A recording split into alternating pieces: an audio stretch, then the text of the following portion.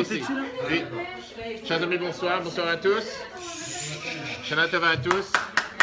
Je ne vous cache pas qu'on est en direct. Personne n'a vu, il y a seulement ce côté qui est vu. La fenêtre est très belle pour ceux qui regardent en direct. Mais ça donne la possibilité à tous ceux qui ne sont pas là de pouvoir suivre. Et si vous voulez partager sur votre page, pourquoi pas, comme Jordan vient de faire. Ça donne toujours la possibilité à beaucoup de juifs qui ne sont pas présents de pouvoir être présents. Tout d'abord, on est les derniers jours de l'année de Raquel, l'année du rassemblement.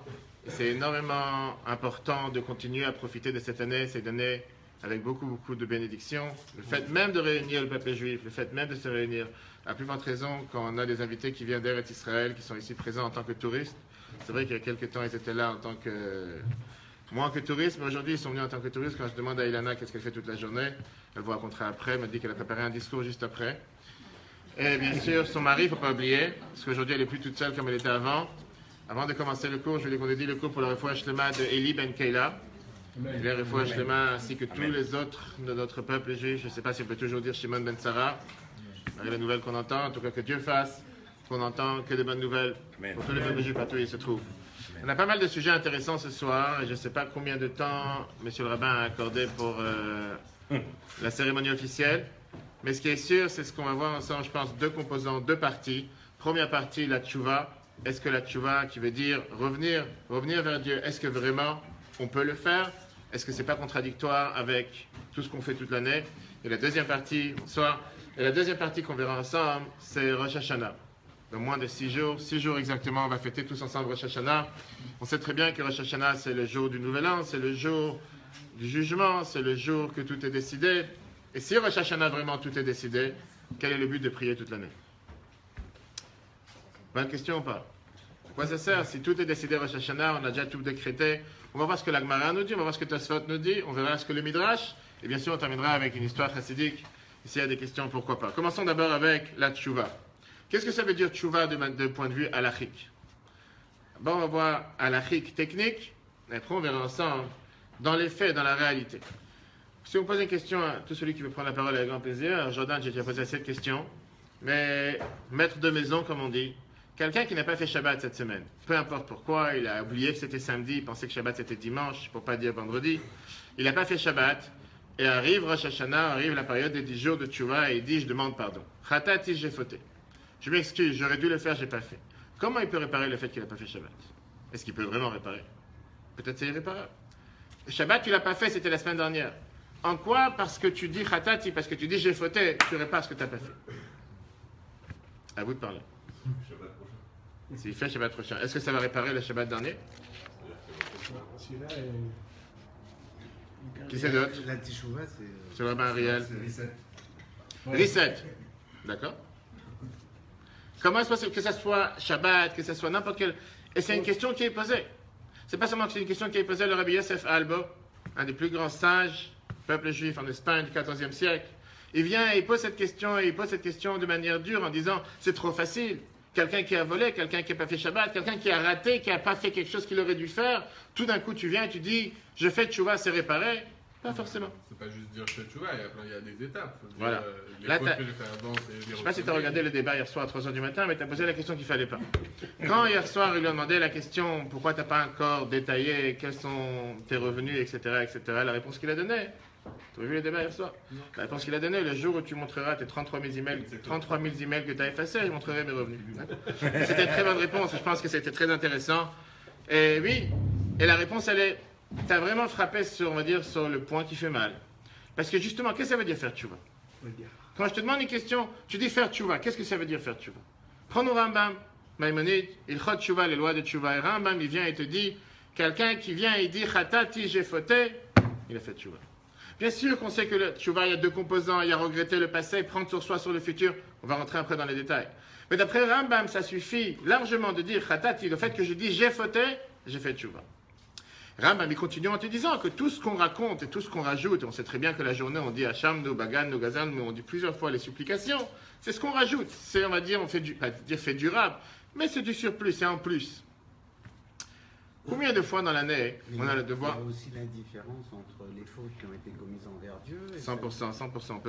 Il y a les fautes qui sont commises envers Dieu, les fautes qui sont commises envers l'homme. La différence avec est-ce que Kippour pardonne telle faute. Kippour, c'est dans un peu plus de 10 jours, on pourra en parler après sur Kippour. Mais on est encore avant ce Rosh Hashanah. Et donc, la question, elle est comment est-ce possible? Comment Dieu peut pardonner une telle chose? Rambam, il te dit, tchouva, c'est très simple. Khatat, si j'ai dit que j'ai fauté, si j'ai dit que j'ai fauté sincèrement, à ce moment-là, j'ai fait tchouva. Il y a des autres avis qui viennent et qui te disent non. Ça sert à rien. C'est pas que ça sert à rien. Tu as dit j'ai fauté, mais tu pourras pas réparer le passé, comme j'étais en train de dire. Ce qui est écrit, le Rabbi Yosef Albo, dans Sefer HaEkrim, on va tout de suite lire. Tu dis c'est pas normal. Tu n'as pas fait ce que tu aurais dû faire. C'est pas parce que tu viens, monsieur, tu dis je m'excuse. J'ai un fameux exemple avec quelqu'un qui a pris un stop ou qui s'est garé, il ne fallait pas. Et la police municipale est venue lui donner un PV, vient à la fête, il dit monsieur, vos papiers, etc. Et tu dis excusez-moi. Excusez-moi. Pour ça, il ne donne pas le PV. Qu'est-ce que tu veux que je te fasse? Tu peux dire excusez-moi. Mais le PV, tu l'auras.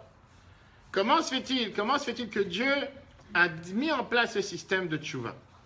Tchouva, littéralement parlant, otiot teshev, on dit les mêmes lettres que revenir, Shabbat, venir, revenir. Je reviens à ma source, je répare ce que je n'ai pas fait. C'est injuste. Tu aurais dû faire, tu n'as pas fait. Tu peux très bien prendre une bonne décision pour aujourd'hui et plus tard, mais réparer le passé, je ne vois pas comment tu peux réparer le passé. Alors, d'où est cette logique de tchouva? Qu'est-ce que tu veux dire?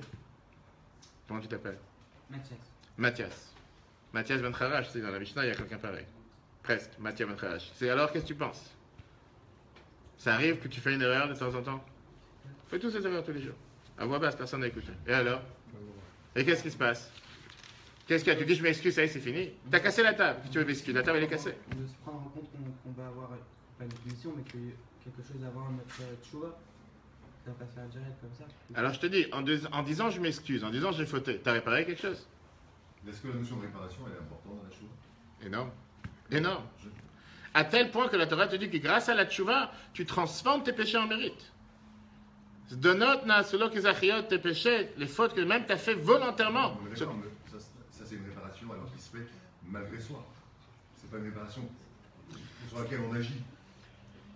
C'est une réparation qui se fait par quelqu'un d'autre, par Dieu. Alors, mais probablement que c'est pas le meilleur système que Dieu aurait pu trouver, mais c'est le seul. Parce que s'il n'y avait pas cette notion, on partirait dans n'importe quoi. Déjà, avec cette notion de chouva, on refait beaucoup de bêtises. S'il n'y avait pas du tout cette notion, quand on vous dit c'est fini, tu peux plus, c'est fini, tu as fait le passé, tu as fait ta bêtise, il n'y a rien à faire, on va faire encore plus de choses. Donc je pense que c'est pas le meilleur système, mais c'est le seul. Sans le savoir, ce que Rabbi Ariel vient de dire, ce sont les mots de Rambam.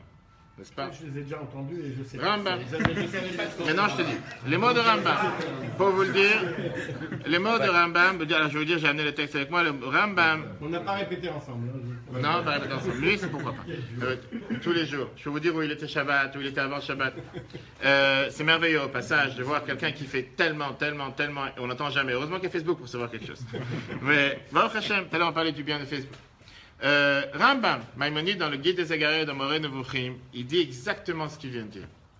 Pourquoi Dieu a créé le système de la tchouva, de faire tchouva, mais c'est comme Takanat Hashavim. Qu'est-ce que c'est Takanat Hashavim? Rambam te dit comme ça. Si jamais Dieu n'aurait pas créé ce système, et pour répondre aussi à ta question, Joël, qui est une bonne question, dans le système juridique, dans le système journalier, dans le système moderne, dans le système matériel qu'on connaît, ça n'existe pas de venir devant le juge et dire bah, je m'excuse, j'ai fait une erreur. Qu'est-ce qu'il y a pour ça? Tu n'as plus de bêtises, tu n'as plus de sentence, si c'est comme ça, je n'ai plus rien à faire en prison toutes les semaines. Je suis régulièrement. Ça n'existe pas une chose pareille dans le système normal. Rambam vient et te dit si jamais Dieu n'aurait pas créé la possibilité de réparer, on n'a plus d'espoir. Puisque par la force des choses, on va faire des erreurs tous les jours. Alors, je parle pour moi, bien sûr, on parle ici avec des tzadikim, des puces, Jordan disait, c'est pas du tout la Seine-et-Marne, 92, en plus Boulogne, on parle ici vraiment des tzadikim, des synagogues juste en bas, les gens ils bougent dans tous les sens. Ils sont connus les tzadikim. Exactement, ils sont très connus. Et c'est pour ça que Jordan d'ailleurs il s'est ramené ici, j'ai dit, Mincha, Ma'ariv, Shacharit, c'est pas du tout notre cas, je dis malheureusement, mais un jour si Dieu veut. Mais par la force des choses, Rambam il te dit qu'on veuille ou pas, Dieu nous a créés avec un mauvais penchant. Dieu nous a créés avec cette tendance. Combien de fois on se lève le matin en disant je ne vais pas crier sur ma femme? Ça c'est pour toi. Maintenant tu te lèves, tu dis je vais faire tout ce qu'Ilana me demande, tout ce qu'elle va vouloir, je vais lui faire à merveille. Ça passe même pas une demi-heure. Elle t'envoie un SMS qu'elle n'aurait pas dû envoyer. Où tu étais tout à l'heure, tu commences dans tous les sens. Pas besoin de dire à voix ce que tu as fait ce matin ou hier, mais ça se passe avec nous tous. Quelqu'un il se réveille le matin et dit je ne vais pas crier sur mes enfants. Quelqu'un il se réveille le matin et dit aujourd'hui je fais la prière comme il faut. Tout d'un coup il reçoit un appel, il a oublié, il n'a pas mis les tefilines. Je parle avec quelqu'un la semaine dernière à 5h30, 6h, il me dit Juste aujourd'hui, je ne les ai pas mis. Mina Shamaim, t'es arrivé, c'est pour ça que tu devais me les mettre. J'ai douté, c'est Mina Shamaim, t'as décidé que je devais arriver. Je les mets tous les jours, mais comme ça, Dieu, il a décidé. Qu'est-ce que tu veux que je te dise? C'est comme ça, Dieu, il a voulu. Viens, Rambam, il te dit, sache une chose. Si jamais Dieu n'aurait pas créé ce système de pouvoir réparer, laisse tomber, on n'a rien à faire sur terre. Même pas commencer à Rosh Hashanah, même pas commencer Kippour, on n'aurait rien pu faire. Et donc Dieu il a créé ce système. Je vous dis les textes de Rambam, parce qu'après on va dire que Ariel il n'a pas dit exactement les choses exactement. Regardez les textes.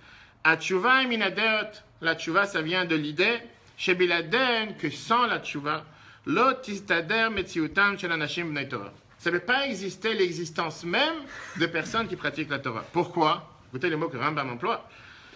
Mipnei shebehecher adam to'e venirshal.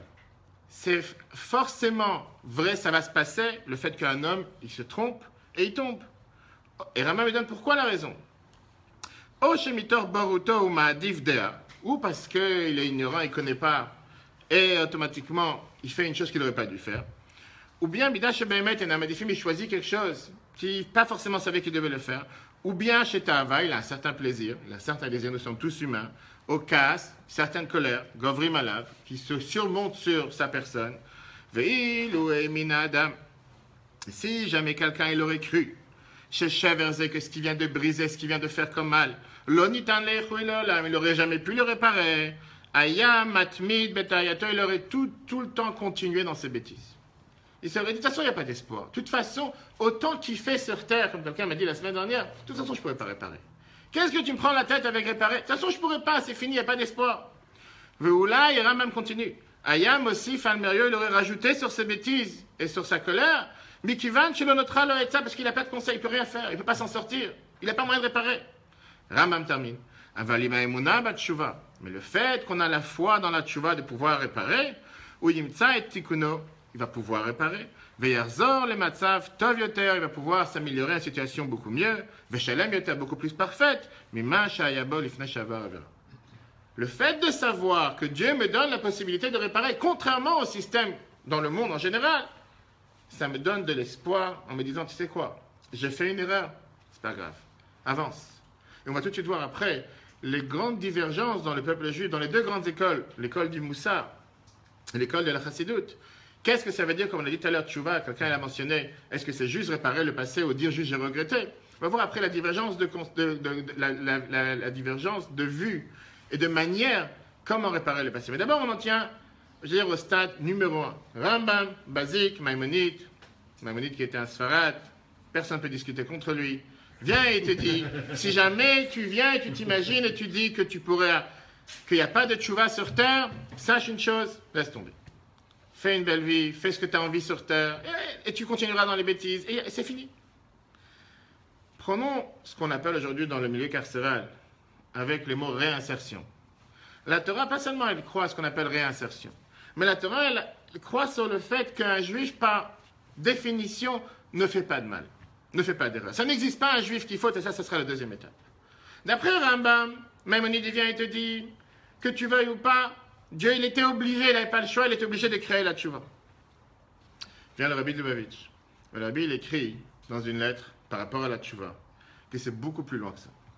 Le Rabbi qui lui parlait sans arrêt d'apprendre le Rambam, Maïmonide, etc. Il dit ce que Rambam vient de nous dire, c'est niveau 1. Mais avançons au niveau 2.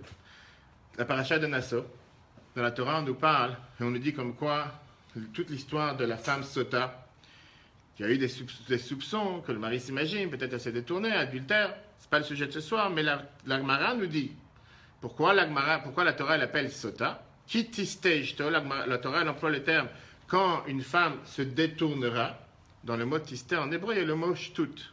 Qu'est-ce que ça veut dire shtut? Une folie. Viens le Rabbi nous dit, il faut qu'on sache, pourquoi la Torah elle a employé un signe et pas un samer.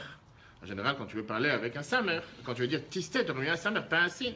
La Gemara Sota, elle te dit, parce que quelqu'un qui a fait une erreur, ein adam over avera, ela imken nichnasbo ruach shtut.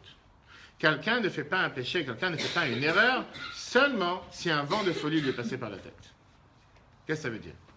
Aujourd'hui, on parle beaucoup de déséquilibrés. Sur le monde entier. Et pas forcément, pas rentrer dans les détails, pas forcément on est toujours d'accord. Mais là, quand on parle de la tchouva, le Rabbi nous dit c'est exactement ça. Quand quelqu'un il a fait une erreur, C'est pas lui, quoi. c'est pas lui qui l'a fait. Un juif par nature ne veut pas faire d'erreur. Je vous raconte une histoire. Hier, je parlais avec un couple qui passe des moments difficiles.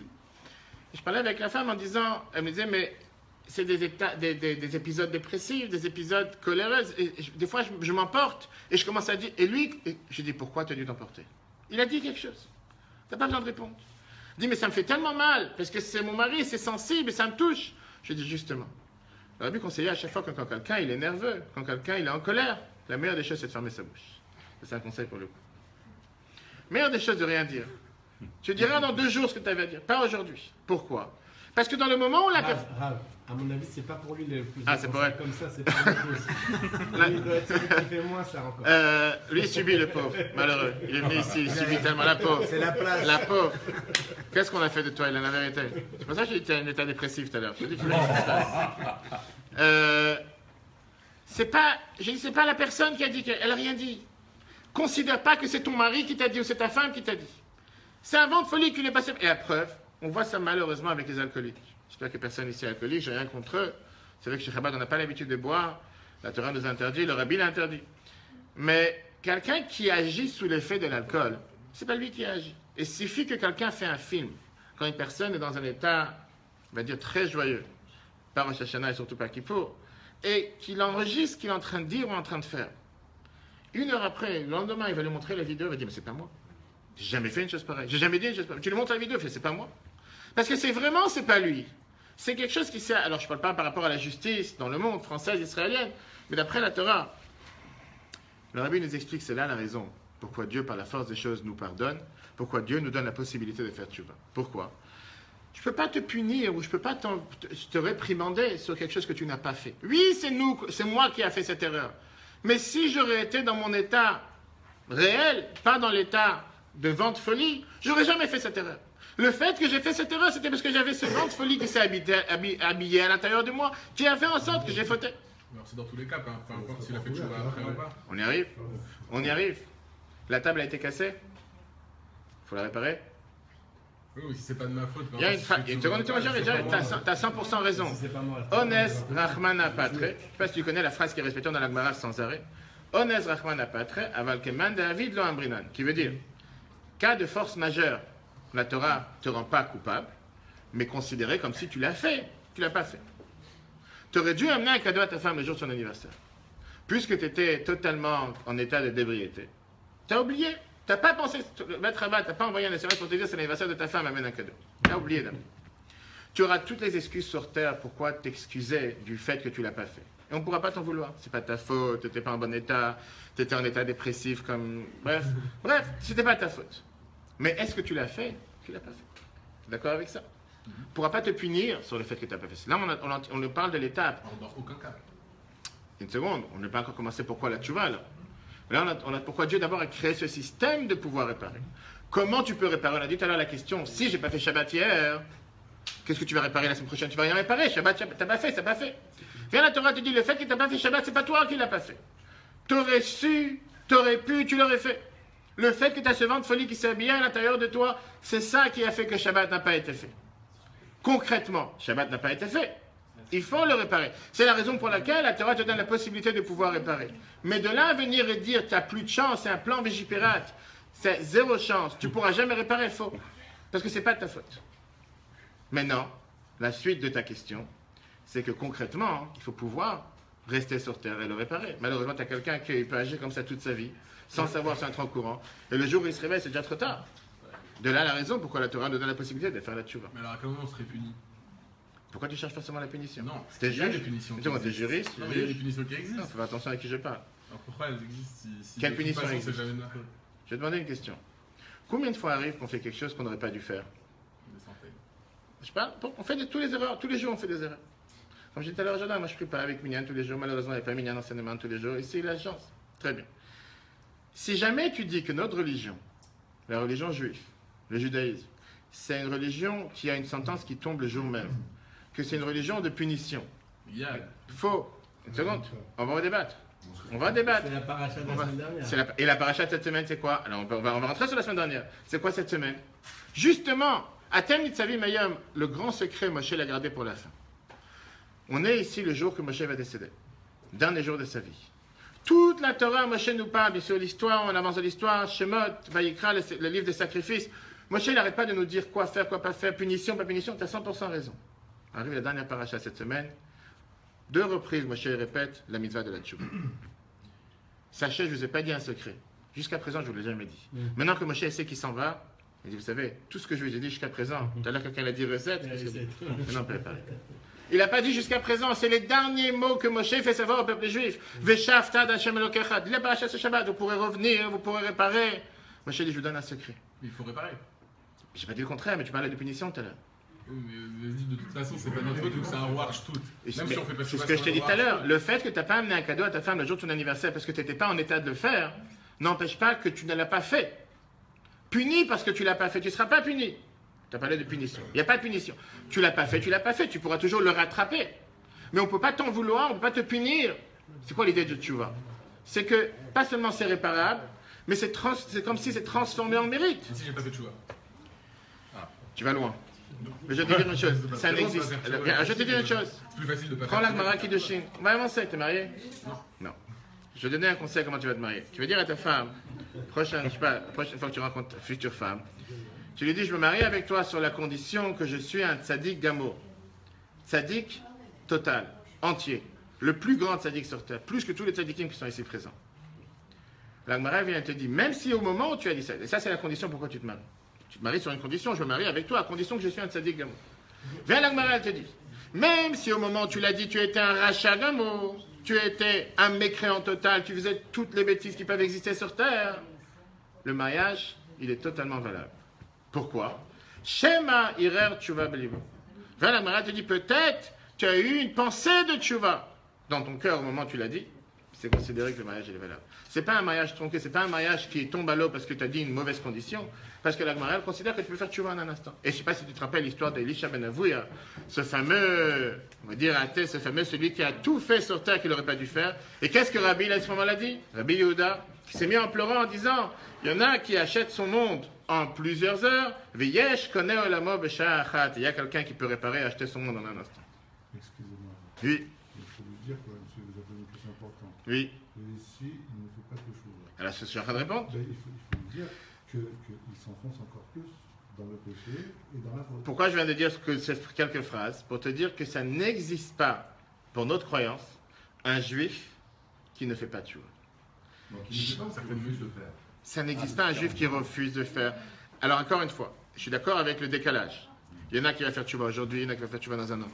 Ça n'existe pas un juif qui n'a pas à un certain moment de sa vie vouloir faire tchouva. Oui, mais il y a des conséquences. Qu'est-ce qu'il y a des conséquences? Il y a Chayav Misha, il y a les coups. Tu as des juifs. Il y a Une seconde. Tu peux parler des juifs. Oui, mais ça c'est dans la théorie. Revenons de ce qu'il a dit tout à l'heure. Ce qui valide à 100% ce que dit Laura, c'est le nombre de juifs qui viennent à Kippour. Depuis tellement longtemps. Une seconde. Et qu'est-ce Ça que. peut être échouva juste un jour avant sa mort. Oui, 100%. Attends, faut pas s'appeler le cardinal. J'allais dire. La veille de sa mort, il a été échouva. Très bien. Alors, bien sûr, 100%. Il vaut mieux vivre comme un juif que de mourir comme un juif. Je suis d'accord. Des Torah, il faut expliquer. Parce qu'à contrario, quelqu'un qui n'est pas de Torah, il ne fera jamais de chouva. Une seconde. Avant d'arriver au Bnei Torah. Combien de juifs sur terre qu'on a pu penser qu'ils n'allaient jamais réparer quoi que ce soit et qu'au final, tôt ou tard, à un certain moment, se sont réveillés, ils ont fait tchouva. Prenons la guerre des 6 jours. Il y a eu tellement d'épisodes, la guerre du Golfe. Il y a combien eu de fois des juifs qu'on s'imaginait que c'est des gens les plus athées sur terre, mais chaque juif, à un moment, il a eu un certain moment de réveil. Il a eu un certain moment, qu'est-ce que ça veut dire? D'ailleurs, encore une fois, revenons sur le mot tchouva. C'est pas repentir, ça veut dire retourner. Qu'est-ce que ça veut dire retourner? La Torah, elle considère que tu reviens à ta source, tu reviens à l'endroit où tu étais au départ. Et donc, il y a 100% raison. Il y a un juif qui va se réveiller le jour où sa femme va accoucher. Il vient d'avoir un enfant, il va se réveiller, il va se dire, mais c'est merveilleux, il faut que je remercie le bon Dieu. Il y en a un qui va se réveiller malheureusement quand il y a une fois une maladie ou un accident. Il y en a un qui va se réveiller le soir de Kippour. Je vais te dire, je parle pour moi. Encore une fois, ici, on parlait de tzadikim. Quand on a 250 personnes de votre travail le soir de Kippour, qui viennent toute la journée, une centaine de personnes d'une cinquantaine de communes autour de Ponto. Des gens, on va dire, qui sont totalement, pour l'instant, pas des tzadikim. Pour parler de ce qu'on appelle Belachon Amata. Et qui viennent de tellement, je veux dire, des endroits les plus loin sur terre. Te dire que ces gens-là, le jour de Kippour, n'ont pas un réveil de se dire, On aurait tellement voulu pouvoir faire plus. On aurait tellement voulu pouvoir avancer plus. Malheureusement, on n'a pas appris, on ne savait pas, mon père ne m'a pas enseigné, etc. Ça ne s'appelle pas un héros, tu vois. Si la Gemara te dit que quelqu'un qui est un rachat gamo, qui fait tous les plus grandes bêtises sur terre, sur le moment, s'il a un instant rêvé, pensé qu'il va faire tchouva, il est considéré un tzaddik. Ces juifs-là, ils sont 1000 fois plus tzaddikim. C'est la Gemara qui le dit. C'est pas Chassidut, c'est pas Chabad. La Gemara qui le chie. Maintenant, on peut ne pas être d'accord. Chacun a le droit. Mais la Gemara te dit clairement que quelqu'un qui veut faire tchouva en un instant, il peut. Te dire qu'aujourd'hui, des juifs sur terre, avec tout ce que le peuple juif a subi, souffert les derniers 70 ans, pour pas aller plus loin, il n'y a pas un juif qui n'a pas eu à un moment un réveil de tchouva. Chaque juif, il a un réveil. Alors bien sûr, il y en a qui ont plus tôt, il y en a qui ont moins. Il faut espérer que chacun c'est le plus tôt possible, mais en règle générale, un juif qui vient, qui court à la synagogue, c'est pas parce qu'il a acheté sa place. Pour être honnête, chez nous, on ne vend pas les places. Et même celui qui a acheté sa place, il y en a qui achètent et qui viennent. Non, quelqu'un qui vient, il se dit, je suis Kippour, j'appartiens, c'est mon peuple. Oublions Kippour. On sait très bien comment le peuple juif est attaché avec Israël. Les juifs les plus laïcs sur terre, dans le fin fond du monde, quand ils entendent qu'Israël a un problème de sécurité ou un danger, ça leur fait mal au cœur. Si c'est un juif qui n'a tellement rien à faire, qu'est-ce qui se prend la tête? Il y a une autre énigme, c'est Simchat Torah. Exactement. Pourquoi à Simchat Torah, plus des juifs, mais comme un Kippour? On ne sait pas d'où ça vient. Non, c'est incroyable. Et quand, et alors nous, Ça m'a toujours frappé. C'est la fête des enfants. nous on a le problème. Nous on a le problème. Pépérem, voilà. Nous on a le problème. Une seconde. Nous on a le problème. Là, vous pouvez manger. Hein, vous savez, j'ai l'habitude de dire que dans les cours tout le monde mange comme ça, moi on parle pas. Vous pouvez manger. Pas de souci. Ilana, souris un peu plus, parce que ton mari commence à s'inquiéter. D'ailleurs, j'allais dire, tu as donné un bon exemple. Ici, on a le malheur, si on peut dire on est à Yom Tov, on ne peut pas faire de photos le jour de Yom Tov. Il y a certainement des non-juifs qui sont là, qui prennent des photos, mais les juifs ne font pas de photos. En Israël, on prend des photos Simchat Torah. Premier jour, c'est pas Yom Tov, deuxième jour, c'est pas Yom Tov. Les Akafot Shneyot, les deuxièmes Akafot de Simchat Torah qui sont pratiqués dans tout Israël, à Hebron, au Kotel, etc. Tu as bien dit le meilleur exemple. Des juifs de tous bords, tous milieux confondus, avec les coucous, avec les cheveux jusqu'au parterre ou les barbes jusqu'au parterre, qui viennent avec tel habit, avec ou sans kippa, pompiers, police, soldats. Tout le monde confondu vient danser avec la Torah. Et pourquoi? Parce qu'on fait partie du même peuple. Shema Israël, Hashem Elokeinu, Hashem Echad. On a dit tous ensemble, on a affirmé tous ensemble. Il y en a, chez eux, ça se dévoile tous les jours. Il y en a, c'est... D'où vient cette alerte dans leur âme? C'est une alerte. Parce que ce n'est pas une alerte. Ce que la Bible explique, la Neshama, une âme juive, elle existe toujours à l'intérieur de qui que ce soit. Malheureusement, pour un diamant, pour chercher ce diamant sous terre, tu dois creuser des dizaines de kilomètres, tu dois enlever de la boue, tu dois enlever des cailloux, tu dois enlever des pierres. Il y en a que chez lui, la Neshama, elle est déjà dévoilée. Il y en a qu'il faut travailler beaucoup plus pour le faire dévoiler. Mais la Neshama, elle est là. Il suffit que tu mets, c'est comme un aimant. Tu vas mettre un aimant, tu vas coller cette Neshama à une autre, tu vas parler à l'âme juive et pas à son corps. Totalement, il va se réveiller. Je peux parler de notre expérience et je pense que tout le monde a eu ici cette expérience. Combien de fois ça arrive que tu vas voir un juif, on t'a dit ne va pas le voir, perds pas ton temps. Tout à l'heure, je parlais avec Joël. On t'a dit ne va pas le voir, perds pas ton temps. Tu perds ton temps, il est à tel. Et tu vas sincèrement pour lui demander est-ce que je peux te proposer de faire aujourd'hui une mitzvah ensemble? Viens, on met les tefilines une minute. Viens, on fait une bénédiction. Je vais te dire, pas tout le temps, tout le monde t'accepte avec un grand sourire. Et ça arrive beaucoup de fois, malheureusement, que quelqu'un, pas aujourd'hui, pas maintenant, mais combien de fois ça arrive que quelqu'un te dit avec grand plaisir, mais je ne sais pas quoi faire, dites-moi qu'est-ce que je dois faire, j'ai jamais fait ça de ma vie, ça fait 40 ans que je suis là, on m'a jamais demandé, on m'a jamais proposé, avec grand plaisir. J'étais à un shiva à Sarcelles la semaine dernière. Une femme me raconte, une personne âgée dans le shiva, elle me dit, je reviens dans l'avion d'Israël. J'ai un juif, un israélien assis à côté de moi, et ça m'a fait mal au cœur. Moi j'ai un repas kasher, il n'a pas un repas kasher. Je lui ai proposé le repas kasher. Et il m'a dit, mais de quoi je me mêle? C'est une bonne réponse à l'israélienne. Pourquoi pas? Il y a du direct. Même s'il y a les Israéliens qui regardent, c'est pas grave, ils savent que c'est vrai. Je lui ai dit, mais il ne faut pas se froisser. Le fait même qu'il a répondu comme ça, c'est parce qu'à l'intérieur, ça fait quelque chose. Pourquoi tu m'as proposé un repas kasher? Et la prochaine fois, il va se dire qu'il va vouloir le faire. Le même jour, je connais une autre personne qui était dans un autre avion, en train d'aller en Israël, malheureusement pour un enterrement. À côté de lui, deux Israéliens qui, à la vue, des Israéliens qui, on va dire, peut-être qu'ils n'étaient pas juifs. Et c'était une femme qui était assise. Bien sûr, une femme religieuse, que, dès qu'elle venait d'école, elle commençait à faire filer derrière. Prière pour le voyage. Ces deux juifs à côté, ils lui disent, mais excusez-moi madame, qu'est-ce que vous êtes en train de faire? L'Israélien, il commence à parler en hébreu, il dit, je suis Chabad, etc. Et là, ils disent, mais est-ce qu'on peut le dire cette prière aussi ou pas? On n'a pas de kippa, on n'a rien, mais ça vous dérange? Je fais avec grand plaisir, mettez quelque chose sur la tête, de faire la bracha. Et elle me dit, tu te rends compte, deux juifs assis. Je fais dans le même avion, le même endroit. On ne peut pas savoir quand est-ce qu'un juif il se réveille. La plus pire des choses, c'est de juger l'apparence. De juger l'apparence. Et c'est ce que la Torah nous enseigne, et ce qu'on vient de voir avec cette lettre du Rabbi, comme quoi, justement, on doit regarder sur la neshama, sur l'âme. Et l'âme juive, elle est réveillée, elle est toujours présente. Malheureusement, il y en a qui ont, on sait très bien ce que la halakha nous dit qu'aujourd'hui, on est dans un cas de figure de Tinokot chez Nishbu.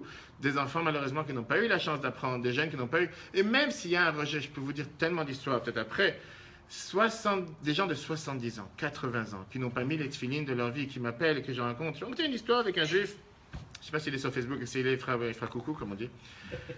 Il m'a appelé une fois de Lézini. C'était au mois d'août, il y a 2 ans. Ah, Lézini. Parce que c'est pour lui. Un voisin, exactement. Et il me dit, je ne suis pas marié avec une juive. Il m'appelle d'abord au téléphone, il me dit, je voudrais mettre ce que vous mettez sur les portes. Je ne sais pas comment ça s'appelle. Là, ça va, peut-être c'est le thermomètre ou quelque chose, j'ai l'habitude. J'ai dit, mais pourquoi vous voulez tout d'un coup mettre quelque chose qu'on met sur les portes? Il me dit, parce que vous êtes parti chez mon ami qui habite aussi à Lézini. Et son fils m'a dit que vous avez mis quelque chose sur les portes. On m'a dit que c'est un porte-bonheur. Venez chez moi à la maison. Je suis avec plaisir. Si vous êtes là au mois d'août, je peux venir au mois d'août, je vais le faire. Je vais le rencontrer à 14h30. Je vais chez lui. Sa femme n'est pas juive. Et pour dire, je vais dire gentiment, elle est opposée à tout ce qui est religion et à plus forte raison religion juive. Et donc il me dit, viens, on ne parle pas dans la maison, on va dans le jardin, on est en plein mois d'août, il fait beau dehors. Je vais dans le jardin. Et il commence à discuter. Il dit, moi j'ai 70 ans. Pendant la rave du Val d'Iv, mes parents ils habitaient à la rue du Faubourg du Temple. Et ils connaissaient un commissaire, ils connaissaient un des hauts fonctionnaires qui lui ont dit, demain il y aura la rave. Et donc, il vaut mieux pas que tu sois à la maison. Et comme les bons juifs ashkénazes qui croient tout ce qu'on leur dit, le lendemain, quand les policiers sont passés en bas, le père il était assis à la maison.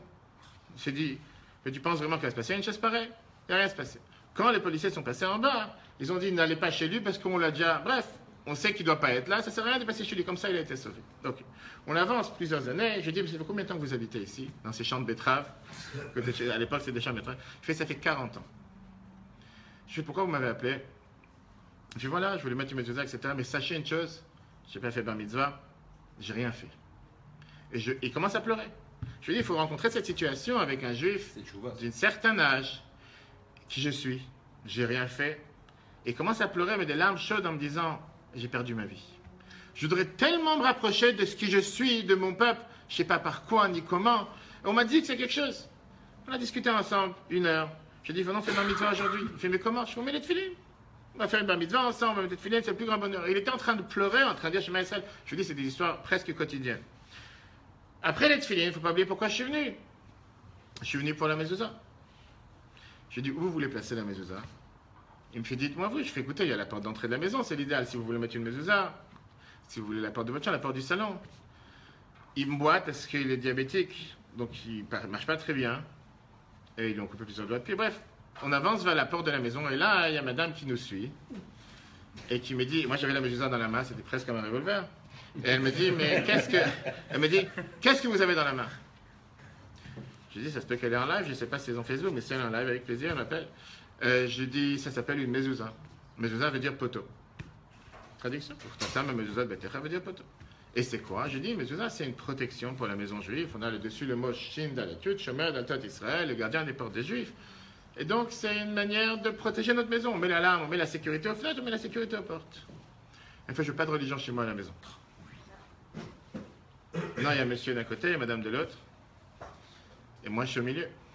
Qu'est-ce que je vais faire? Je ne sais pas à moi de décider, c'est pas ma maison, je ne me suis pas invité ici, on m'a demandé de venir, c'est lui qui m'a demandé. Et je suis en train de réfléchir. Mes grands-parents, je ne sais pas si vous savez, ma grand-mère elle est née dans les camps, ma mère elle est dans les camps, ma grand-mère elle était déportée. Et qui racontait à chaque fois comment à l'âge de 16 ans, elle marchait sans habit sur les rails, en train de s'enfuir d'une nuit à l'autre, elle ne savait pas si elle allait survivre. Le lendemain, quand elle nous racontait toutes ces histoires avec des juifs qui ont risqué leur vie pour pouvoir avoir une mezuzah, une paire de tefilines, faire un shabbat, aller au mikveh, faire les matzot. Et là, on a un juif qui a 70 ans, vient de pleurer comme si son monde s'écroule, qui voudrait tellement faire quelque chose, j'ai rien demandé, c'est pas du prosélytisme. Et tout d'un coup, il y a quelqu'un qui est... Et je suis en train de penser dans ma tête, comment réagir, qu'est-ce que je vais lui dire? Si je lui donne dans la main, va savoir, quand tu vas le mettre de côté, va pas... Si je lui dis, bon, tu la mettras toi tout seul après. Et pendant que je réfléchis, si vous connaissez un peu le tempérament des juifs ashkénazes, et surtout ceux qui ont malheureusement souffert, il me regarde et il me dit, mets la mezuzah ici. Si j'attends encore 1 minute, c'est où elle qui donne une claque ou celui? J'ai dit, pas de souci. Faites abracha, baruch ata. Elle est sortie, elle a claqué la porte, elle est repartie. On a mis la mezuzah. C'était le seul épisode en 15 ans en cinéma que quelqu'un n'a pas voulu qu'on mette une mezuzah. Et je vous dis encore une fois, on parle ici d'un juif qui s'est réveillé, qui se réveille. On était après en contact plusieurs fois ensemble. Les autres détails, je vous raconterai pas en live. Mais Et c'est du quotidien. Ça veut dire quoi? C'est un juif que 70 ans, il n'a rien fait, il n'a pas su. Mais à un certain moment, il s'est réveillé, il s'est dit, il faut que je fasse quelque chose. Et je peux, après, rappelez-moi, il faut qu'on a fini le cours, j'ai montré une histoire avec 2 Israéliens qu'on a rencontrés récemment en Seine-et-Marne. Exactement les mêmes épisodes, les jeunes personnes. C'est quand c'est quotidien. Revenons à ce qu'on a dit par rapport à la tchouva. Et ça, c'est pour terminer avec ce premier point. La tchouva. On est d'accord que tout ce que je dis depuis le début, c'est applicable quasiment seulement à Ben Adam Lamakom. Pour moi, c'est quelque chose de sentimental, c'est entre la Neshama du juif et Dieu. Je parle de Kippour tout court. Je parle de Kippour tout court. Kippour ne pardonne pas les fautes de Adam Lachavero. Quand la Torah te dit, la Gemara te dit que Kippour, c'est. C'est le contexte dans lequel vous êtes, là, On a parlé, si tu as donné une claque à quelqu'un, hein, tu ne veux pas lui dire j'ai rien fait, je demandais pardon à Dieu, ça va marcher, il faut que tu ailles lui demander pardon, il faut que tu ailles t'excuser. Mais ce sentiment-là, il n'est pas aussi naturel que ça. Par rapport à quoi? Par rapport à Dieu ou par rapport à l'homme? Madame Ravero, c'est pas si naturel. C'est beaucoup plus dur. C'est pour ça. rempli de sinats, de gens qui n'ont jamais de remords. Par rapport à qui? Par rapport aux autres ou par rapport à Dieu? Par rapport aux autres. Je peux pas. Alors une seconde, je vais te dire une chose. Peut-être que tu parles avec beaucoup de gens. Merci beaucoup. Peut-être que tu parles avec beaucoup de gens le jour de Kippour et ils te disent clairement qu'ils n'ont pas de remords. J'aurais pas été si loin pour dire que les sinats sont pleins de gens qui n'ont pas de remords. C'est difficile, voilà, à force de déconcentrer. Mais c'est un siman bracha, c'est presque rouge. J'aurais pas dit que les gens n'ont pas de remords. J'aurais dit, on peut pas savoir. Tu sais qu'il y a une... C'est pas un truc inné comme envers Dieu. Comme son père sentir envers Dieu, ce petit moment qui fait vibrer n'importe qui est perdu. Je te réponds clairement. Ce qu'on fait envers Dieu, c'est en général en cachette. Ce qu'on fait envers l'autre, tu le connais. Si tu as insulté ta femme aujourd'hui, tu peux prier ce soir dans ta prière de Marie en disant je demande pardon à Dieu, ça ne marchera pas, il faut que tu ailles t'excuser envers ta femme. Mais non, c'est beaucoup plus, comme tu as dit, c'est beaucoup plus facile de s'excuser envers Dieu que de s'excuser envers sa femme, ça je l'accorde. Mais bien sûr que Kippour vient, et la Torah te dit que Kippour te pardonne.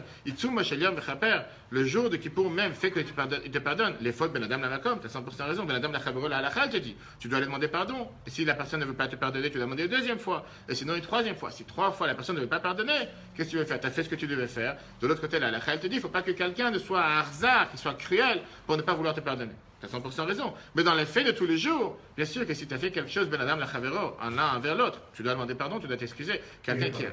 Et réparer, 100%. Mais même envers Dieu réparer. Maintenant, on est encore au stade dans lequel on te dit pourquoi Dieu il a créé ce système de tchouva. Pas seulement pour te dire que c'est une mitzvah. Et d'ailleurs, au passage, ce n'est pas une mitzvah comptée dans les 613 commandements. C'est une mitzvah de la Torah. Mais hors les 613 commandements, parce que c'est une mitzvah globale. Mais c'est surtout une bonne nouvelle. Te dire ne pas perdre espoir. Te dire ne pas baisser la tête, ne pas s'imaginer j'ai fait une erreur, c'est fini, j'ai pas d'espoir, je ne pourrai plus réparer. Au contraire, sache que même si tu as fait une erreur, n'importe quelle erreur, Dieu a prévu depuis le départ qu'on pourra réparer. Et on va réparer.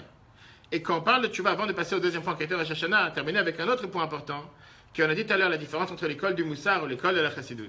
D'après l'école du Moussar, c'est une école qui vient et qui te dit, tu dois te lamenter, pleurer, râler, on va dire, être amer de ton sort, j'ai pas fait ce que j'aurais dû faire, et sans arrêt, pas se lamenter, sans arrêt venir en disant, malgré tout ce que je peux faire comme bien, je n'arriverai jamais à me rapprocher de Dieu, parce que malheureusement, j'ai fait tellement d'erreurs, je suis tellement bas, je suis tellement grossier, je suis tellement terrestre, j'arriverai jamais au niveau où je dois arriver. Et être amer sur cette situation. Vient le Baal Shem Tov, qui a commencé d'ailleurs par le Harizal il y a 500 ans à sa fête, et le Baal Shem Tov il y a 300 ans, qui est venu et qui a dévoilé, le passé c'est le passé. Se lamenter sur le passé du matin jusqu'au soir, tu ne vas rien réparer. Une des choses que la Gemara nous dit, par rapport à Elisha ben Avouya qu'on a parlé tout à l'heure, qu'à la dernière minute, il a demandé pardon. Et Rabbi Yehuda, il est venu, il a dit, Yesh kone olamo b'sha'a echad, on peut réparer son monde en un instant. Néanmoins, il y en a qui disent qu'il n'a pas vraiment fait de tchouva, parce qu'il a fait que pleurer sur son passé. Mais il n'a pas réparé, il n'a pas avancé sur le futur. Viens Rambam, et quand on a dit tout à l'heure que Rambam était dit que ça suffit de dire, Khatati, j'ai fauté, j'accorde le fait que j'ai fait une erreur, je reconnais mon erreur, je demande pardon, mais j'avance. Je me focalise sur le futur. Et la meilleure preuve, la Torah nous dit avec Caïn et Hevel. Première des choses que la Torah nous parle après que Caïn a tué son frère. Premier terroriste sur terre. La Torah nous dit un verset qui n'a absolument pas déséquilibré. Si ça existait à l'époque. Viens la Gemara, la Torah te dit une phrase intéressante. Elle te dit Caïn, il s'est remarié, il s'est marié, il a eu des rapports. Il a eu un enfant qu'il a appelé Hanor. Il a construit une ville et il l'a appelé sur le nom de son fils Hanor. Tous les mefarshim, tous les commentateurs viennent et te disent qu'est-ce qu'on en a à faire. Qu'est-ce que tu me prends là? Qu'est-ce que tu me racontes l'histoire d'un terroriste, quelqu'un qui a tué? Qu'est-ce qu'on en a à faire? Il a construit une ville, il a eu un enfant. Qu'est-ce que tu me racontes avec ça? Vient le Rabbah, c'est tellement d'autres commentaires qui te disent que le Kliyaka, qui est un des commentateurs du Chumash, et le Rabbi reprend le Kliyaka en nous disant Le Kliakar vient nous faire ici l'allusion tout au contraire. La Torah elle a voulu te montrer que Caïn s'est réparé, il a fait tchouva sur ce qu'il a fait en se focalisant sur l'avenir. Il aurait pu rester en train de pleurer du matin jusqu'au soir, mais j'ai tué mon frère, j'aurais pas dû le faire. Et concrètement, rien construire, rien avancer. Il a montré comment il a fait tchouva par ça qu'il a amené la vie sur terre, par ça qu'il a construit sur terre, qu'il a donné d'ailleurs le même nom que son fils, on sait très bien que Hanor, c'était un des meilleurs hommes de Dieu. Isha Elohim, la Torah nous dit sur lui, pas sur 36 personnes. La Torah elle veut nous dire justement que Caïn, il a réparé, il a fait tchouva en se focalisant sur l'avenir. Terminons ce paragraphe de la tchouva avec une merveilleuse lettre, une femme qui a écrit au Rabbi en disant « J'ai eu des enfants, je suis marié, j'ai eu des enfants, malheureusement, je n'ai pas respecté ce qu'on appelle la pureté familiale, Tarat HaMishpacha, Mikveh, les lois, je n'ai pas su, je n'ai pas appris, je n'étais pas au consistoire, je n'ai pas passé les cours par Madame Sarah Hamar, etc., etc. Et malheureusement, je ne savais pas quoi faire. Aujourd'hui, mes enfants, ils ont grandi, et elle écrit dans sa lettre, je me sens désespéré, je me sens triste. Parce que c'est fini. Le passé, il est là. C'est irréparable. Mes enfants sont là. Qu'est-ce que tu veux que je fasse? Et le Rabbi qui lui répond en lui disant, on ne répare pas une mauvaise chose par deux mauvaises choses. Tu m'écris dans ta lettre que tu as eu tel et tel épisode dans ta vie et que c'est la raison pour laquelle tu es aujourd'hui avec des sentiments de tsar, de souffrance et de yéhouch, de désespérance. Tu es désespéré. Sache que ça, c'est le meilleur moyen de donner la victoire au mauvais penchant.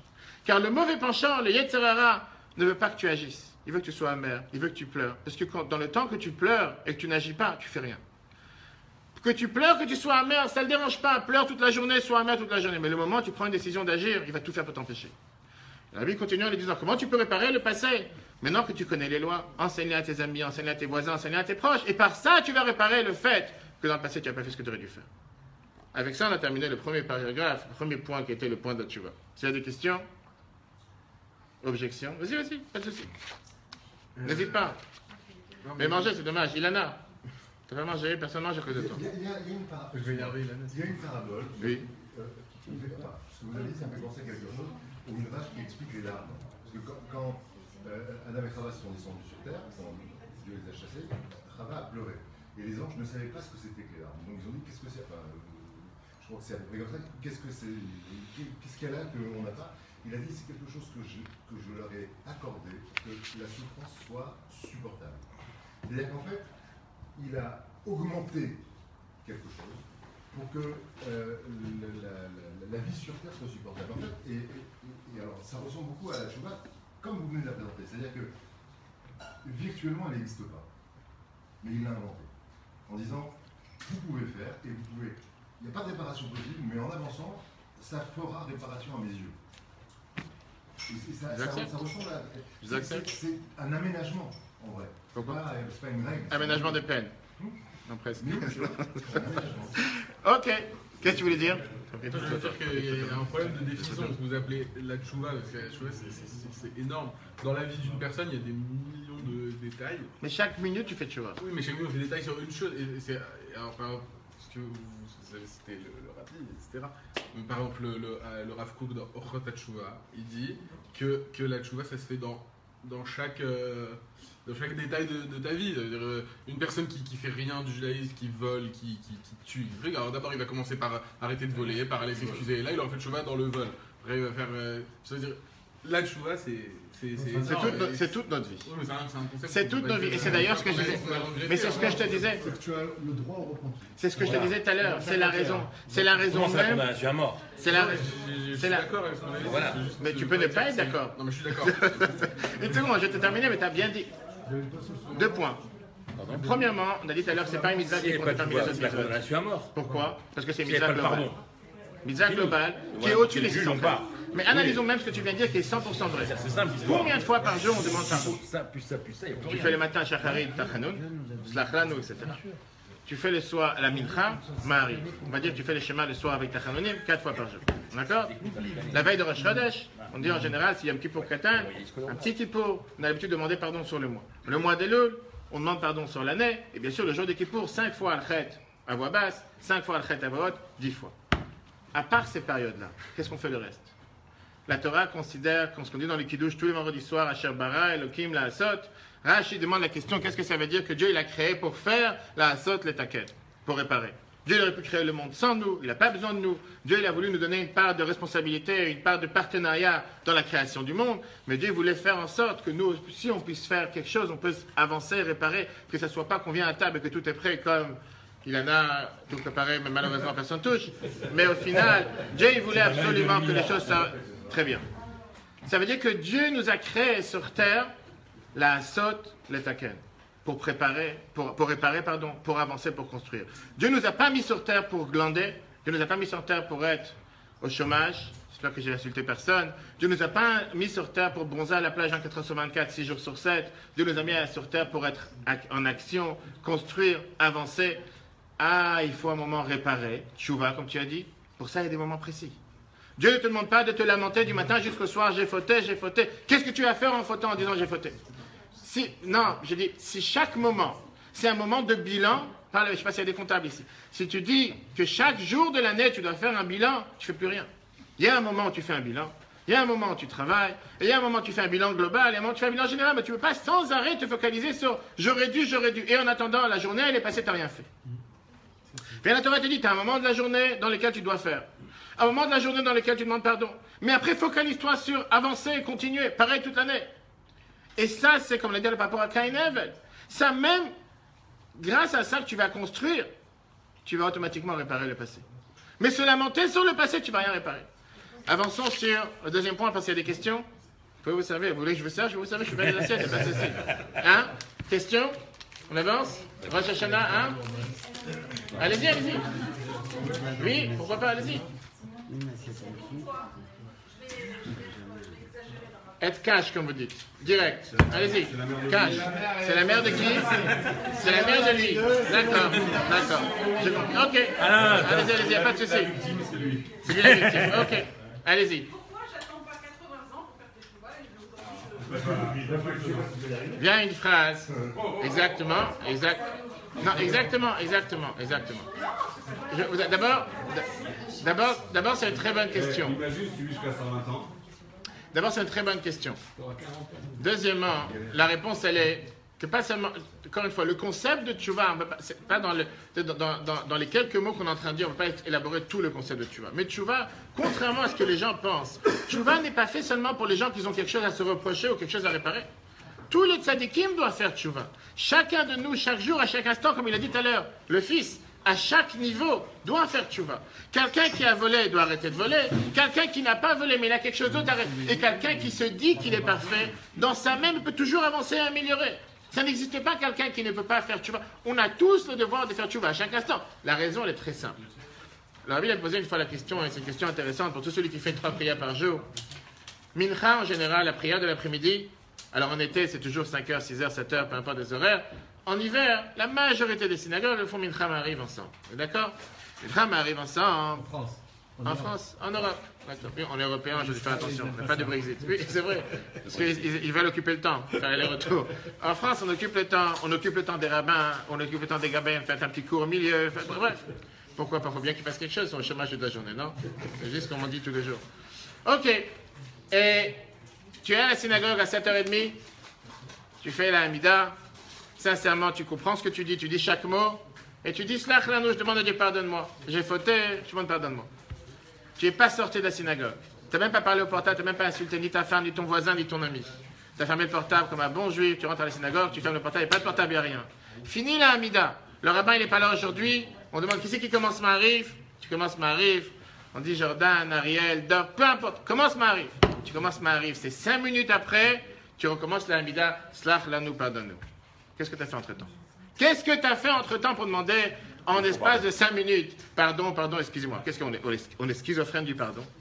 On est tellement vénère. Sans arrêt s'excuser, 1 fois par jour, ça suffit, 2 fois. Qu'est-ce que tu as besoin de répéter dans les mêmes 5 minutes? La réponse est, on ne parle pas ici de forcément réparer une erreur. Par la tchouva, je retourne, je m'approche de Dieu, je m'attache à Dieu. Et c'est une mitzvah tout court. Même quelqu'un qui a tout fait bien, il a un devoir d'avancer faire tchouva. Mais à ça, il y a un deuxième point. Ça, c'est pour répondre à dire, c'est attendre 80 ans. C'est très bien ce que l'Agmara nous dit, que tout celui qui dit, je vais fauter et je vais réparer, on ne lui donnera pas la possibilité de faire tchouva. C'est le point basique. La Chassidoute nous dit, c'est pas qu'on ne lui donnera pas la possibilité de faire tchouva, c'est que ça sera beaucoup plus difficile pour lui de faire tchouva. C'est comme si je vous dis aujourd'hui, un docteur, je ne sais pas si un docteur qui vous dit ne fumez pas, c'est pas bon pour votre corps, c'est pas bon pour votre poumon. Et vous allez dire, comme vous êtes aumônier, fréquentez les hôpitaux, et vous voyez dans les maisons de repos des personnes de 110 ans en train de fumer la pipe toute la journée. Et quand vous lui dites, mais le docteur, il me dit de ne pas fumer, c'est mauvais pour les poumons, il fait arrêter vite. C'est grâce à ça que je tiens. Si tu m'enlèves la pipe, je ne vais plus aujourd'hui. Qu'est-ce que vous allez faire? Alors c'est parce qu'il y a un cas comme ça, on va dire, tu sais quoi, moi je vais vivre jusqu'à 110 ans, je me garantis, je vais fumer 3 pipes par jour, je vais jusqu'à 110 ans. Quelqu'un normal ne va pas rentrer. C'est exactement ce qu'on parle aujourd'hui avec les adolescents, avec les joints. Quelqu'un dit, qu'est-ce que je prends la tête? Joint, pas joint? Regarde, tous mes copains l'ont fait. Regarde ici, tous les jeunes. Et ça marche bien. Et au contraire, on est en forme pour les examens, on est en forme. C'est pas pour autant qu'on va commencer à dire qu'il faut ouvrir des écoles ou des centres pour pouvoir. Qu'est-ce qu'il y a? On a pris aujourd'hui? D'accord. Il a pris des gens aujourd'hui? D'accord. Donc ça, c'est la réponse à votre question. Ok. En attendant qu'il analyse ça, tout le monde passe au deuxième point, le point de Rosh Hashanah. Si vous voulez qu'on fasse une pause, deuxième point, Dov, le rabbin. Le deuxième point, c'était de dire pourquoi prier. Vu qu'on est pardonné, pourquoi faire la prière tous les jours? Oui, exactement. Deuxième point. Et ça, c'est deuxième point. Heureusement, il y a quelqu'un qui écoute. Il y a l'homme, il y a intéressant quand même de savoir. Exact. Pourquoi prier exactement? Pourquoi voilà, vu qu'à Rosh Hashanah on est pardonné, pourquoi prier? Puisque Rosh Hashanah, tout est décrété. Tout est décrété. Comment ça se fait qu'on doit prier tous les jours? L'Agmara, Rosh Hashanah, mais savez-vous? Chavod, Rabbi Shimon. Vous voulez que je fasse une assiette? Ah, fait le chaim. Ok, fait le chaim. Dov, c'est kasher? Non, c'est pas kasher? Ilana, où t'es parti acheter tout ça? Ton père dit que c'est pas kasher. En plus, c'est enregistré. En plus, écoute, non, je ne sais pas d'histoire. Viens l'Agmara Rosh Hashanah. L'Agmara Rosh Hashanah, elle vient, elle nous dit Akol Nidoni be Rosh Hashanah. La question, c'est la question qui est demandée dans l'Agmara, que tout est décrété le jour de Rosh Hashanah et le décret, il est scellé le jour de Kippour. Ça, c'est les paroles de Rabbi Meir. Viens Rabbi Yehuda, il nous dit tout est jugé le jour de Rosh Hashanah, mais après, le décret, il dépend en fonction de chaque chose. Par exemple, Pessah, on est jugé sur le blé. Shavuot sur les fruits de l'arbre, Sukkot sur l'eau, et l'homme, il est jugé Rosh Hashanah, et son décret est scellé le jour de Kippour. Viens Rabbi Yossi, viens ici Rabbi Yossi. Rabbi Yossi vient et dit, Adam nidon bechol yom, l'homme est jugé chaque jour. Vous savez qu'en général, dans la religion juive, ça n'existe pas une seule avis pour une chose. Quoi qu'on va dire, surtout dans l'Agmara, on a toujours plusieurs avis. Alors, d'après l'Agmara, d'après le sens simple, qu'est-ce que ça veut dire prier tous les jours? L'Agmara vient et te dit que Rosh Hashanah, le décret, il a été décrété. Kippour, il a été scellé. Pourquoi on prie tous les jours? Pour changer le décret qui a éventuellement été décrété le jour de Rosh Hashanah. Ça, c'est la base. Rosh Hashanah, ça a été décrété que telle personne aura tel bonheur, tel compte cette année, en bon terme, telle bénédiction, enfant, panassa, santé. Mais si malheureusement il y a quelque chose qui a été décrété pas comme on aurait voulu, à ce moment-là, on a la possibilité dans l'année, en priant, de pouvoir changer ce qui s'est passé le jour de Rosh Hashanah. Ça, c'est la base, l'Agmara. Vient la Chassidut. Et la Chassidut nous explique, c'est le Chabad, et qui vient et qui nous explique quelque chose qui est beaucoup plus profond. Quelle est la différence entre la prière et la bénédiction? Tfila et bracha. Pourquoi on va prier sur la tombe des tzadikim? Pourquoi on va faire du pèlerinage? Pourquoi on va prier sur voir un tzadik tout court, que ce soit dans tous les temps, Europe de l'Est, Afrique du Nord? Pourquoi on va prier chez un tzadik s'il peut parler à Dieu en direct? Exact. Et la réponse, elle est, quand on fait une prière en général, on dit la fameuse phrase Yiratzon, que soit la volonté de Dieu, etc. Qu'est-ce que ça veut dire Yiratzon? On veut ici créer une nouvelle volonté. La réponse, comme la Chassidut nous explique, Rosh Hashanah, tout est décrété pour la nouvelle année, et bien sûr qu'il pourrait sceller. Mais ça ne veut pas forcément dire que tout ce que Dieu a décrété, ça va descendre sur terre de manière matérielle, concrète, qui va être cash, comme on dit, on va pouvoir l'encaisser. Ça se peut très bien que tout ce que Dieu a décidé le jour de Rosh Hashanah, c'est quelque chose qui va rester spirituel, qui va rester potentiel, et qui ne va pas forcément descendre de manière matérielle, concrète, dans la vie de chacun d'entre nous. Quel est le but, si c'est comme ça, de prier Rosh Hashanah et prier tous les jours? Rosh Hashanah, on demande à Dieu de nous accorder tout ce qu'on a besoin. Le plus grand bonheur sur terre, la plus grande largesse sur terre. Et Dieu nous accorde d'avoir une bonne année. Mais ça, c'est ce qu'on appelle dans le monde de la Hatzilut, dans le monde de l'émanation. C'est global. Dieu te dit, j'ai accordé à telle et telle personne tout ce qu'il a besoin cette année. Comment, quoi? On va voir les détails après. C'est comme si le premier contrat, après on va commencer à rentrer dans les détails. On prie tous les jours pour s'assurer que qu'est-ce qui a été décidé le jour de Rosh Hashanah soit concret, soit terrestre, soit réel, descendre sur terre en fonction de ce que chacun il a besoin. Pour l'un, ça va être d'avoir un enfant cette année. Pour l'autre, ça va être d'avoir la santé. Pour l'autre, ça va être de pouvoir acheter une maison. Pour l'autre, de pouvoir acheter une voiture. Pour l'autre, de pouvoir aller en vacances. Chacun en fonction de ses besoins. Dans les mondes d'en haut, Dieu ne décide pas chaque détail par rapport à chaque personne. Il y a ici une volonté globale. Tu auras une Shana Tova, une Shana Mevorachet, une Shana bénie, tu auras tout ce que tu as besoin de manière générale. Les détails, c'est en fonction de chaque année, en fonction de chaque jour, en fonction de chaque personne. Et de là, la raison pourquoi on a besoin de prier tous les jours. Pourquoi prier tous les jours? Pour faire descendre ce qui a été décrété le jour de Rosh Hashanah de manière concrète, de manière physique, de manière terrestre, qu'on puisse le ressentir chacun d'entre nous dans la vie quotidienne. Parce que si quelqu'un il a un chèque qu'il doit déposer en banque, mais malheureusement, à la banque, il y a zéro, le chèque, ça ne sert absolument à rien. Recevoir les chèques Rosh Hashanah Kippour, on le reçoit. Mais il faut absolument s'assurer qu'il y a quelque chose derrière. Et comment on peut s'assurer qu'il y a quelque chose derrière? Par ça que Rosh Hashanah en a eu le meilleur contrat. Par ça qu'on prie tous les jours. On fait descendre tout ce qu'on a besoin dans la vie de tous les jours, dans la vie terrestre, afin que ce qu'on a reçu Rosh Hashanah soit concret, soit réalisable dans notre vie de chacun d'entre nous. Ça, c'est la réponse à la question. Dernière histoire, chers amis. Deux histoires, si vous voulez. Une histoire avec un journaliste israélien. Et ça, c'est pour ceux qui sont les plus âgés d'entre nous. C'est ceux qui ont vécu dans les années 70. Il y avait un juif qui s'appelait... Hein? Tout le monde, hein? Il y avait un juif qui s'appelait Eliyahu Amikam. Eliyahu Amikam, c'était un journaliste parlementaire de Idiot Achronot, celui qui va en Israël, passe une fois à l'hôtel, il a des fois ses journaux sous la porte. Et des fois, ça dépend, aujourd'hui, il y en a qui ont Israël ailleurs, mais il y en a qui ont en anglais. Dès qu'ils voient un Français arriver, ils mettent toujours l'anglais parce qu'ils disent forcément il ne sait pas lire l'hébreu. En général, ça dépend. Bref, pendant quelques années, il était en mission à New York. Le jour de Sukkot 1968, il arrive à Saint 70 pour recevoir ce qu'on appelait à l'époque le lekar. Alors lui avait l'habitude de distribuer un morceau de gâteau au miel. D'ailleurs, vous savez que c'est une coutume qui est écrite dans El Flammaté dans un des livres, que pourquoi on distribue un gâteau au miel la veille de Kippour ou la veille de Rosh Hashanah, des fonds de coutume, que si jamais cette année j'aurais été amené à avoir besoin de dépendre de quelqu'un d'autre, le fait que j'ai demandé la veille de Kippour à quelqu'un donne-moi un morceau de gâteau au miel, j'ai été acquitté par cette dépendance qui aurait pu exister cette année. Dans El Flammaté, par rapport à cette coutume, le jour de Kippour, c'est la raison pour laquelle on échange les gâteaux au miel. Je suis sûr qu'ici à Betrabat, vous recevez à chaque fois les gâteaux au miel, vous donnez, etc., etc. Mais lui, il est passé, non, il faudra lui demander. Non, pas le dire en direct. Mais je dirai après je l'appelle. Et donc, il est venu spécialement le jour de, juste avant Kippour, pendant Sukkot, ceux qui n'ont pas reçu la veille de Kippour, ils recevaient au Shana Rabbah. Il est venu chez le Rabbi pour recevoir, et le Rabbi à chacun, il disait Shana Tova Mtuka, bonne et douce année, etc. Lui, il passe, cher ami Eliyahu Amikam, et dès qu'il passe, le Rabbi lui donne les morceaux de gâteau Shana Tova Mtuka, il avance, le Rabbi le rappelle, et lui dit c'est pas comme ça qu'on écrit sur un juif. C'est pas comme ça Qu'on écrit sur un juif. C'est un journaliste, d'accord? De quoi on parle? À la Knesset, à l'époque, il y avait un des plus vieux membres de la Knesset qui s'appelait Meir Wilner. Il était membre de la Knesset pendant 41 ans. C'était ce qu'on appelle le symbole de tout ce qui est la gauche, anti, etc., etc., etc. C'est quelqu'un qui a fondé un parti ensemble avec nos amis, pour ne pas dire autre chose qu'on ne peut pas savoir en live. Et c'était à chaque fois qu'il faisait n'importe quelle loi à la Knesset, il s'intéressait d'abord comment défendre leur cause avant de défendre notre cause. Malheureusement, ça a existé. Il était contre tout ce que à la Knesset on a pu voter pour le peuple juif. Même rendre le Sinaï à l'Égypte, il était contre parce qu'il s'est dit ça va pénaliser les Palestiniens, ça ne pénalisait pas parce que c'est contre. Bref, il était vraiment à l'extrême de l'extrême. Le 11 Tishri, il y avait un vieux refusnik. À l'époque, malheureusement, c'est qu'on ne laissait pas sortir de Russie. Aujourd'hui, beaucoup de jeunes ne savent pas c'est quoi un refusnik. Qui ne laissait pas sortir avec un visa. Et lui, ce refusnik s'appelait Avraham Ben Moshe. Le 11 Tishri, le lendemain de Kippour, première bonne action qu'il fait cette année, il attend ses membres de la Knesset à côté de chez lui. Et il avait un petit couteau sur lui. Et il s'est dit, avec tout ce qui vient, il venait de dire un discours anti-juif, mais vraiment, il ne pouvait plus supporter. Il s'est levé, c'était après la guerre des 6 jours, comme quoi il a insulté tout ce que le peuple juif a pu faire et le miracle qu'on a eu de la part de Dieu.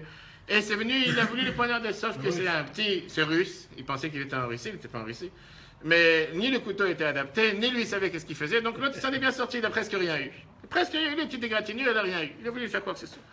En Israël, gauche et droite, c'était vraiment le débat du jour. Le lendemain de Kippour, il faut bien faire quelque chose. Vous savez que la Gemara, elle dit qu'il y a 4 jours dans l'année qu'on n'est pas censé fauter. Les 4 jours dans l'année, Rishon, le Cheshvan Avonot, on dit par rapport à Sukkot, c'est entre Kippour et Sukkot, parce que le lendemain de Kippour, on est pardonné, on est tous blanchis.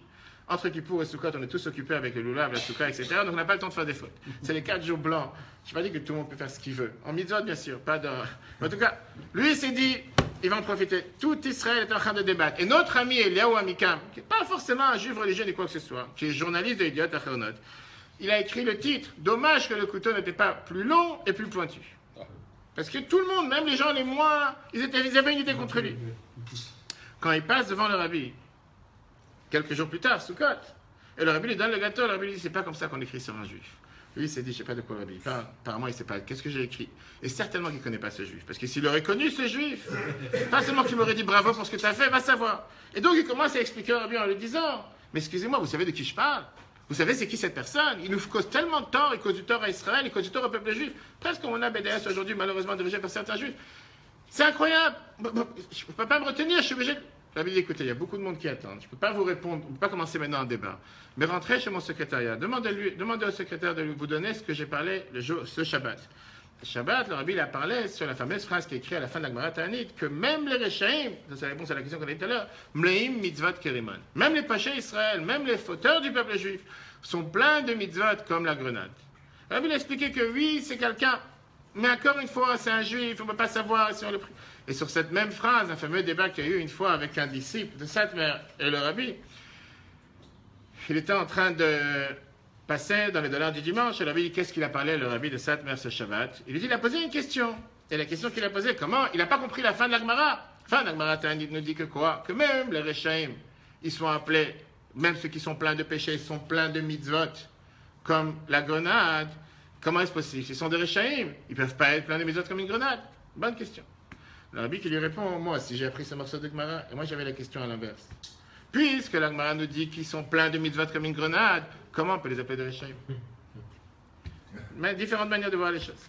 Je vous ai dit, dernière réponse, on est avant Rosh Hashanah, dernière histoire, pardon, on est juste avant Rosh Hashanah, c'est qu'on dit que le jour de Rosh Hashanah, on fait attention à ce qu'on fait, ce qu'on ne fait pas, ce qu'on mange, toute coutume confondue, la raison pourquoi on mange la pomme et pourquoi on mange la grenade, et toutes les différentes raisons, tout ça pour les bons symboles. On fait attention à ne pas dormir le jour de Rosh Hashanah, on fait attention à se consacrer à dire les psaumes, on fait attention à écouter le shofar. Tout ça c'est bien et merveilleux, mais on sait très bien que le moment du shofar, c'est le moment le plus intense dans lequel on en a Dieu tout ce qu'on a besoin.